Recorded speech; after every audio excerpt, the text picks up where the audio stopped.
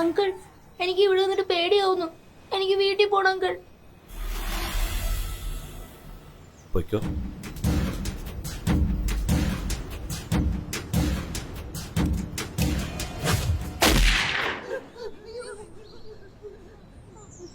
എന്റെ ആശയെ സഫലമാക്കാൻ വേണ്ടി ഞാൻ വെച്ച ഫസ്റ്റ് സ്റ്റെപ്പ് വിജയിച്ചിരിക്കുന്നു മാമ. ഇനി മുന്നോട്ട് പോവാം നമുക്ക്. സർക്കാർ സർക്കാർ സർക്കാർ. മുത്തുപോലുള്ള പിള്ളേരും മൂർച്ച പോയ ആയുധങ്ങളും യുദ്ധത്തിന് പറ്റുന്നതല്ല സർക്കാർ.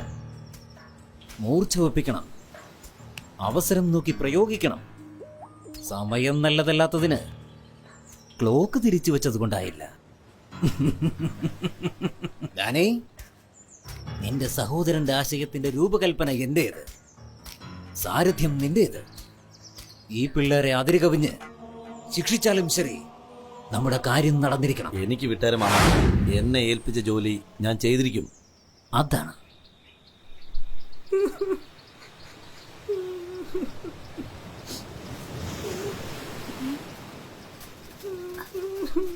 എന്താ എന്താ കരയണേ?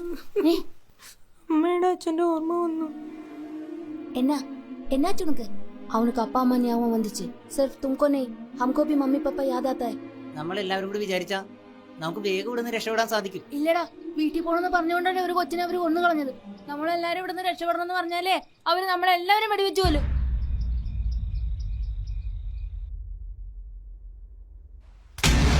പിള്ളേരെ ഇങ്ങോട്ട് നോക്ക്. ഞാൻ പറയുന്നത് കേട്ട് ജാഗ്രതയോടെ പ്രവർത്തിക്കണം. ഞാൻ പറയുന്നതേ ചെയ്യാവൂ, മനസ്സിലായോ?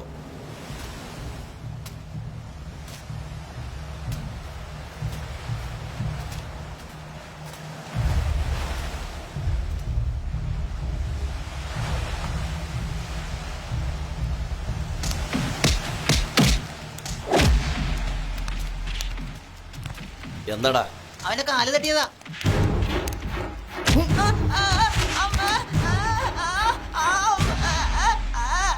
നിലവിലുള്ള സാധനങ്ങളുടെ സേഫ്റ്റിക്കായി ലേസർ കിരണങ്ങൾ ഇവിടെ പല സ്ഥലങ്ങളിലും വെച്ചിട്ടുണ്ട്.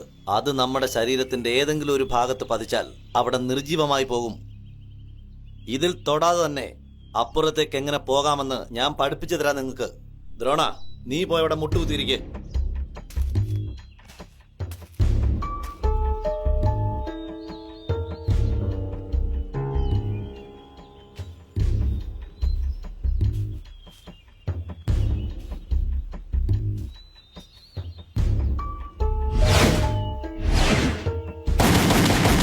നെക്സ്റ്റ്. എന്താടാ ബുള്ളറ്റ് വേസ്റ്റ് ചെയ്യുന്നത്? വിക്രം, നീ പോയി അവരുടെ കണ്ണ് കെട്ട്.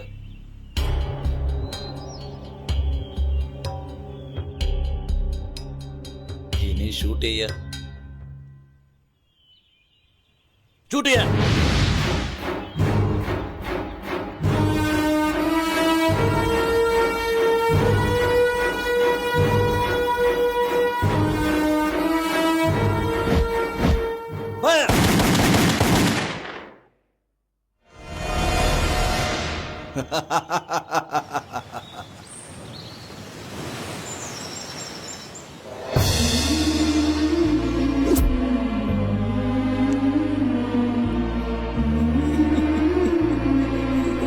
പറ്റിച്ചേ.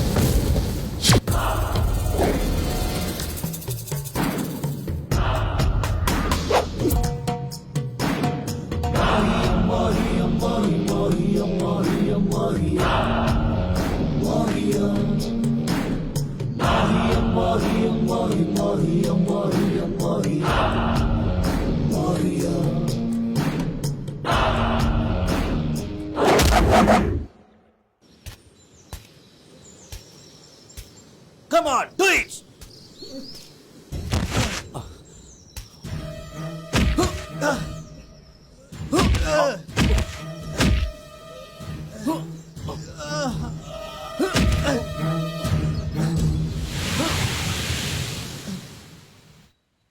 വിട്ടുകളടാ, അവന്റെ നിന്ന് അടി കിട്ടുന്നത് നമുക്ക് പുതിയ കാര്യമില്ലല്ലോ. നമ്മൾ വിട്ടുപോകുന്നോ ഇല്ലയോ അതല്ല പ്രശ്നം ഇവിടെ. അതുവരെ നമ്മൾ മനുഷ്യരായി ജീവിക്കണമെങ്കിൽ ആ ഡാനി ഇവിടെ വേണ്ട. അത് നടക്കുന്ന കാര്യമല്ല. വെറുതെ നമ്മൾ അവനെ എതിർത്തിട്ട് പിന്നെ നേടാൻ പോകുന്ന കാര്യം എന്താണെന്ന് എനിക്ക് മനസ്സിലാവുന്നില്ല. വീട്ടിൽ നിന്ന് വന്നിട്ട് 10 വർഷം കഴിഞ്ഞില്ലേ, ചത്തോ ജീവിച്ചിരിപ്പുണ്ടോ എന്ന് പോലും നമ്മുടെ വീട്ടുകാർക്ക് അറിയില്ല. അച്ഛനമ്മമാരെ പിരിഞ്ഞ് ഞാൻ ഒരു ദിവസം പോലും ഇരുന്നിട്ടില്ല. അവരെന്ത് ചെയ്യണാവോ? ഓർക്കുമ്പോഴേ കരച്ചിൽ വരിക.